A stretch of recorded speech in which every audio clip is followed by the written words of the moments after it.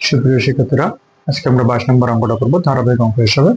তো এই অঙ্কটা অনেকগুলো নিয়মে করা যায়। আমরা তুলনামূলক যে অঙ্কটা সহজ এবং তোমরা অনেকটা পরিচিত সেই অঙ্কটা আমরা সেভাবেই করবো। তো আমরা এই 9.1 কিছু সূত্র শিখছিলাম যেগুলোর মান 1। তো যেহেতু এখানে কোসেক স্কয়ার আছে, আমরা কি জানি?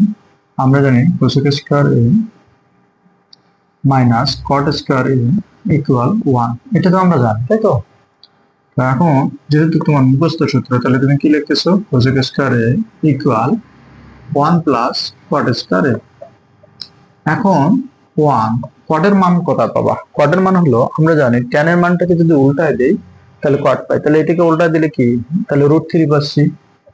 তাহলে √3 এর উপর স্কয়ার দিলাম, তাহলে কত? 1 প্লাস 3 ইকুয়াল আমরা পাচ্ছি 4। তাহলে কোসেক স্কয়ারের মান কত পেলাম আমরা? 4।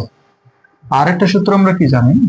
sec স্কয়ার এ মাইনাস tan স্কয়ার এ ইকুয়াল 1।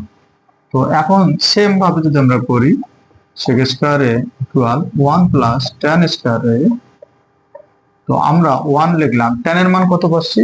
1/√3 যেটা দেওয়া আছে। তাহলে এর উপর কি করবা? স্কয়ার। তাহলে 1 প্লাস 1/3।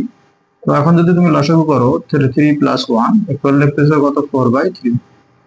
তাহলে এখন তুমি কোসেক স্কয়ার এবং সেক স্কয়ারের মান পাইলা। তাহলে তোমার অঙ্কটা তো ইজিলি হয়ে গেল।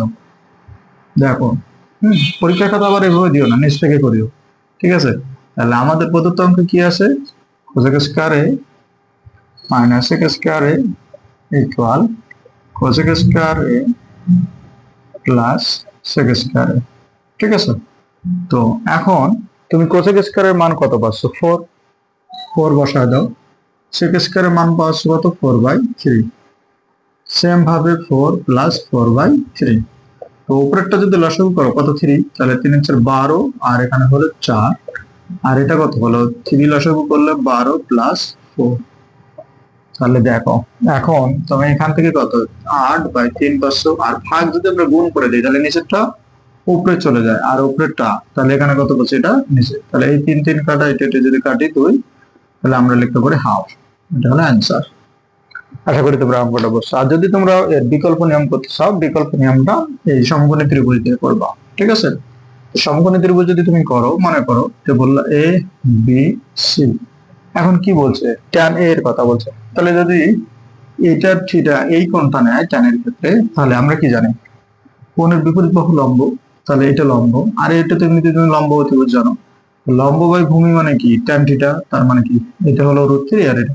তো তুমি এইভাবে অঙ্কটাও করতে পারো, ঠিক আছে? যেটা তোমার কাছে ভালো লাগে তুমি সেটা করো।